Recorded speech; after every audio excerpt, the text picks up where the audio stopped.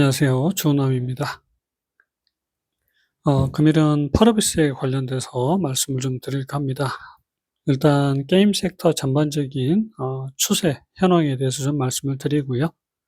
펄어비스 이번에 출시된 붉은 사막에 관련돼서 말씀을 좀 이어갈까 합니다. 가장 먼저 게임 섹터 현황을 좀 보시면 현재 코로나 시절 게임 이용률이 70%대였는데요. 지금 현재는 유튜브나 넷플릭스 등으로 빠져나가면서 50.2%대로 급감을 하고 있습니다. 그러면서 이제 게임사들은 방치형 게임과 서브컬처 게임에 집중을 하고 있고, 이번에 출시한 펄어비스의 붉은 사막 서브컬처 게임에 집중을 하고 있는 그런 흐름에서 이제 대박이 터졌다라고 보시면 되겠습니다. 모바일 게임에서 콘솔 게임으로 전환이 되고 있고, 작년 모바일 게임 성장률은 2%였고요. 콘솔 게임은 7% 이상 성장을 했습니다.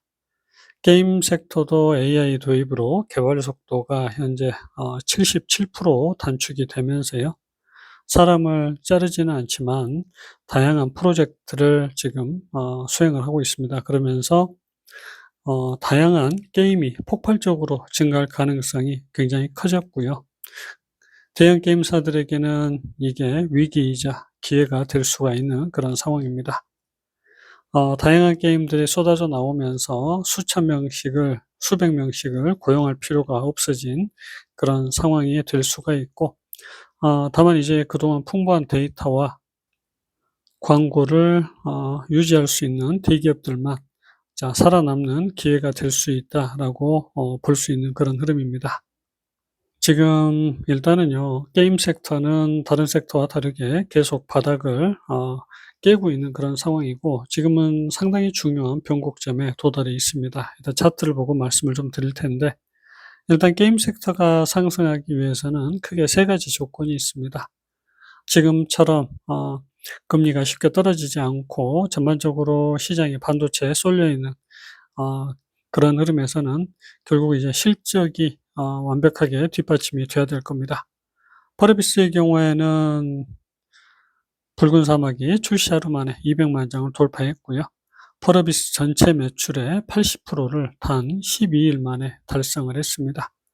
북미, 유럽 쪽에서 구매가 거의 한 60% 가까이 됐고요. 아시아가 30% 정도 되고 있는데, 중국 시장은 아직 출시를 하지 않고 있는 그런 상황이고, 또 한 가지 긍정적인 건요, 방송 스트리머들의 펄어비스 방송이 폭발적으로 증가를 하고 있다라는 겁니다. 그만큼 관심이 계속해서 늘어나고 있다라고 보시면 되겠고요. 두 번째, 게임 섹터가 상승하기 위해서는 중국 시장 진출해야 되고 판호를 획득해야 되는데, 매출 탑5에 조금 오랜 기간 유지가 된다라고 하면 게임 섹터 전체의 훈풍으로 작용을 하지 않을까 싶습니다. 검은 사막은 작년 6월 중국의 외자 판호를 획득을 했고요. 텐센트가 퍼블리싱을 하고 있는데 이제 막바지 단계에 돌입을 하고 있고, 조만간 대대적인 광고를 시작을 한다라고 합니다. 그래서 붉은 사막뿐만이 아니라 중국 시장 판호를 획득한 검은 사막의 이제 매출 증가가 또 급격하게 이어질 수 있다라고 보시면 되고요. 게임 섹터가 또 상승을 하기 위해서는 금리나 사이클이 시작이 돼야 되는데, 이번 이란, 이스라엘, 미국 전쟁으로 인해서 유가가 큰 폭으로 올랐고요. 유가가 상승을 하게 되면 결국은 인플레이션이 증가될 수밖에 없습니다. 금리 인하보다는 인상으로 이어질 가능성도 배제할 수 없고요.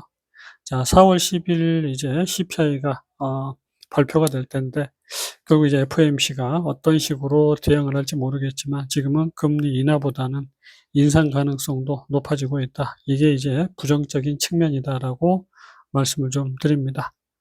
펄어비스 차트의 흐름을 좀 보도록 하실게요. 먼저 코덱스 게임 산업 ETF의 흐름을 좀 보겠습니다. 피크에서부터 무너지기 시작을 했고요. 1차 바닥이 형성이 됐습니다. 그러면 이제 다른 종목들처럼 여기에서 치고 나가는 흐름들이 필요한데 결국 그 흐름을 만들어내지 못하고 있고요. 결국 또 한 번 최저점을 깨게 되면 1차 하락에서 2차 하락으로 이어지게 됩니다. 그래서 게임 섹터가 아직 완벽하게 살아나기는 지금 어려운 구간에 있는데요. 일단은 저점을 깨지 않고 조정이 마무리될 수 있는 그런 구간입니다. 또 한 번의 저점이 나와줘야 되는 구간에서 전고점을 돌파를 했고요. 그 구간에서 이제 여기 고점을 넘어서게 되면 결국은 조정 자체가 사라지게 되고요. 완전한 상승 흐름을 타게 됩니다. 그래서 지금 여기에서 이어지는 상승 흐름이 완벽하게 고점을 넘겼을 때가 그때 이제 게임 섹터들의 상승의 시작이다라고 보시면 됩니다. 아직은 위태위태한 구간에 들어서고 있는 그런 상황입니다. 펄어비스의 수급의 흐름을 먼저 보도록 하겠습니다.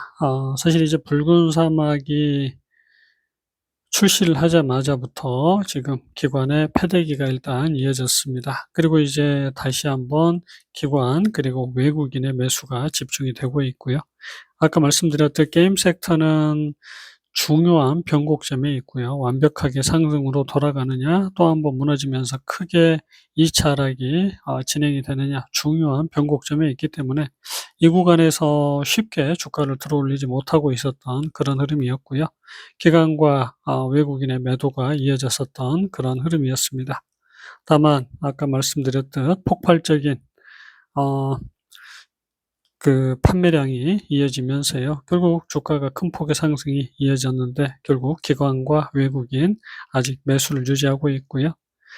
기관도 이제 천천히 매수로 돌아서려고 하고 있는 그런 상황입니다.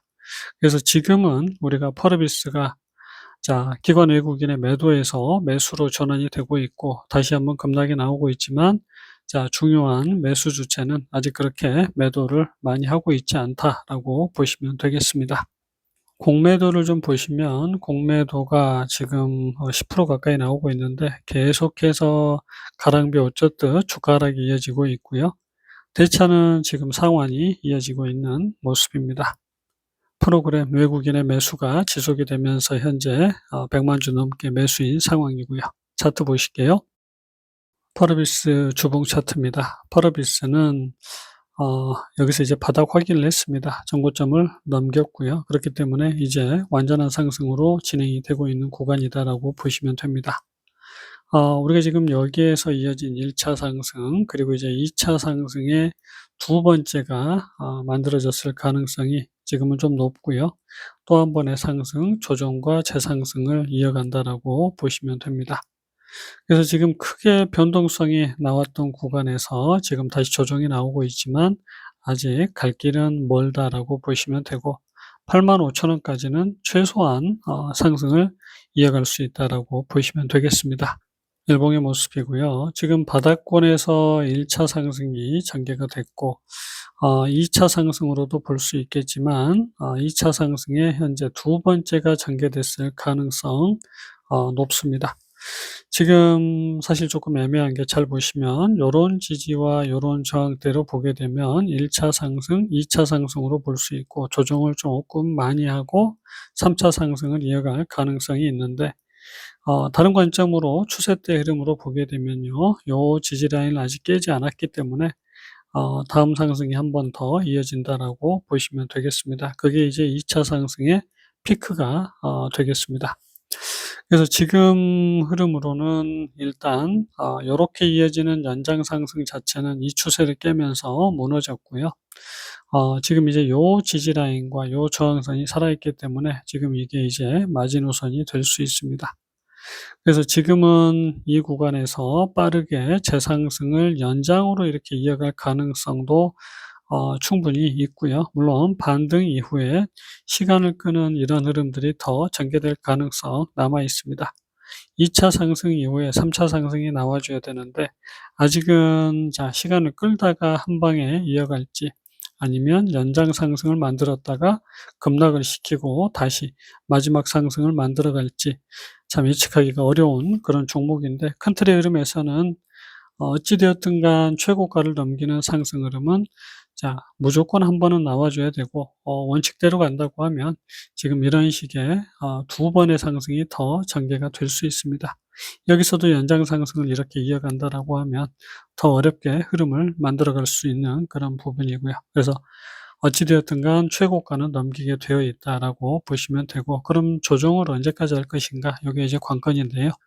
30분봉의 모습이고 2차 상승의 첫 번째 그리고 2차 상승의 두 번째가 이렇게 끝났을 가능성이 있고 아까 말씀드렸던 두 번째 마지막이 연장으로 이런 식으로 마무리를 지을 가능성도 남아 있습니다. 그래서 이렇게 이제 급락으로 무너진 종목이 완전히 추세가 무너지려면 여기 저점을 깼을 때가 완전히 추세가 무너지는 겁니다. 근데 지금 그렇게까지 될 정도로 흐름이 아니다라는 거고요. 그렇기 때문에 연장 상승 가능성 충분히 있다라고 말씀을 드리는 거고, 지금 이제 이 구간에서 사실 상승이 나오려면 무조건적으로다가 전고점을 넘기는 흐름이 나와줘야 됩니다. 아직 그런 흐름이 계속 나오지 않고 있는 거고, 우리가 여기서 이제 무너진다는 걸 언제 알 수 있냐면 결국 요렇게 이어지는 추세가 깨졌을 때, 전저점이 깨졌을 때가 결국 무너진다라고 봐야 됩니다. 그래서 어떻게 보면 이 종목은 이런 식으로 피크가 만들어지고 지금 조정이 거의 끝나가는 구간에 이르렀다라고 말씀드릴 수 있고요. 그러면 지금 이제 여기에서 이어지는 조정 흐름 이후에 거의 고점을 넘기는 상승이 나왔을 때 결국은 이제 반등까지 그리고 여기를 넘어서면서 연장 상승까지 이어질 수 있는 그런 상황입니다. 마지막 5 분봉의 모습이고요. 자, 요런 추세를 결국은 깨고 내려가는 흐름이 만들어지면서 이제 무너졌고요.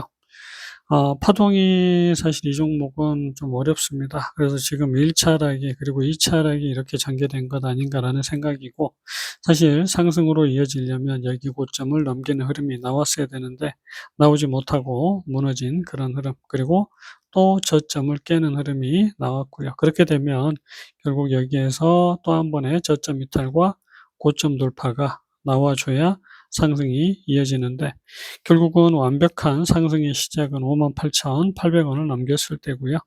일단 상승으로 가는구나라는 걸 알 수 있는 건 57,400원을 넘겼을 때 결국은 이제 본격적으로 포레비스가 상승으로 이어질 수 있다. 그리고 66,000원을 넘겼을 때 이제 최고가를 넘기는 상승 흐름으로 이어지게 된다라고 보시면 됩니다. 여기에서 상승을 이어갈 때 중요한 건 기관과 외국인의 매집이 얼마나 더 이어지느냐, 요게 이제 관건이 될 겁니다.